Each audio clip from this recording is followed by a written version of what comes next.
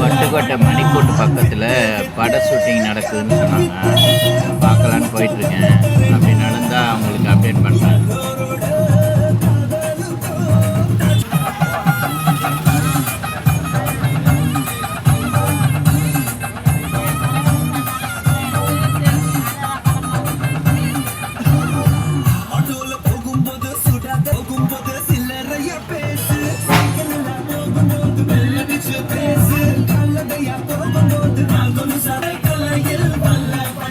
இதுதான் பட்டுக்கோட்டை மணிக்கூண்டு.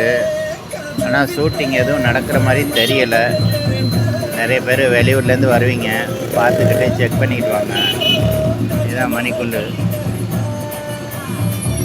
இல்லை, இதுவரையும் எந்த விதமான ஷூட்டிங்கும் இந்த இடத்துல நடக்கலை.